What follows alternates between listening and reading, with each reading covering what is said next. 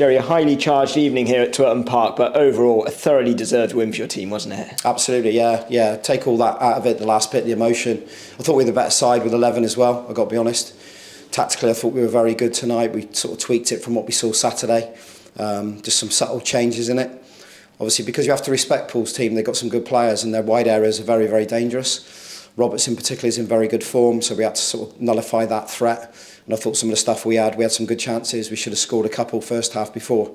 Obviously, the sending off. Player gets sent off rightly so, for two silly bookings. And then we have to go and then keep the ball. And we say we have to move it. Big pitch helps us then. We can move it side to side. You have to be careful then. I said at half time, you have to be careful. We don't want to be just possession based. You have to go and hurt them still. And really pleasing second half. I thought we played with threat. I thought we had real good bravery on the ball and a real committed team performance. We're down to the bare bones. I mean, you know, the challenge on Adams, shocker. It's a shocker, honestly, and he's dislocated his shoulder. It's too late. It's aggressive, and the one at the end is nothing short than just headless. It's ridiculous. You know, young Marley's lucky there that he's gone and he's trying to do him. It's a cowardless tackle for me, and yeah, it's one of those moments where you just have to. You have to be together as a group, and it's really pleasing to see my players over there standing up for a young man. I am as well for our young player, and really refreshing when he gets back up and we just see him there. He runs back across the pitch, goes underneath someone, takes the ball and does it again. Shouldn't get booked for it. It's two really good challenges, and that shows the commitment right through the group. I'm really pleased that Scotty and Sonny got on the goals because they're working ever so hard as a two. We can't replace them. We've got 11 outfield fit players, 10 now, and the boys give me everything they've got. Back-to-back wings makes a huge difference.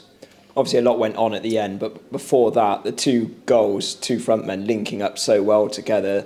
Sonny Cox is on some fabulous form right now, and a fine finish at the end of it. Nice move, and Scott Wilson, the scourge of Havant again. Yeah, no, listen, we both of those, we get in between the lines really well. We go really aggressive. We have a front four, if you like.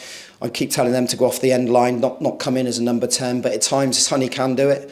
Scott is better playing off the shoulder, but we get in between the lines really well. Some really clever, quick combination play, and that's where you score your goals, in the middle of the goal. And that's what they're doing ever so well. The two wing backs are being really aggressive and high. We have our two number 10s in behind it, and you've got someone like Chris Lyons who's sort of with the orchestra behind it, if you like, and he's leading it. So, but right the way through the back three, the goalkeeper solid. But tonight, that was like, I did say in the bar there, it's like going back in the 70s near the end. It was one of those nights where we had lots of quality, lots of commitment, and at the end we had to stand up as men, and we did. We stood up as men, and we kept our heads. We didn't lose any emotional control. We stood up, and that was really pleasing for me tonight against what's a very, very good side. Look, make no bones about it, Paul's built a very good squad down there, and they'll finish very well in this league. But to go down there and in what I called was probably one of the best National League South performances in games I've ever seen between two teams that really went at it. I felt as if we deserved to come away with 3, but they obviously got their late equaliser, so credit to their resilience. But tonight there was only going to be one winner. We turned up, I had that feeling as a manager tonight, turning up. I said to you before, this has come off the back of Ebbsfleet, because Ebbsfleet's second half performance, we dominated them, absolutely dominated them. And then we have to go to Larkhall with the same players, don't forget, which everyone could see was maybe a banana skin, and win 5-0, and the attitude of the players is just terrific. And then we have to get on a coach and go to Dulwich and play in front of 3,100. Difficult place to go, tight pitch. Same players have to go and do it again. And I said to you before the game, the question mark would be physicality. Will we be able to do it? And they've done it again. So, no question about these players. If we have everyone fit, wow, what a frightening side we could be. But we've got what we've got, and we have to roll our sleeves up, and they show they roll their sleeves up, and they have a bit of quality, or a lot of quality on the end of it. And like I said, you know, back-to-back wins makes a huge difference. What we have to do is back it up here Saturday. We're going to have to turn up and be at our best, because Tonbridge are a good side.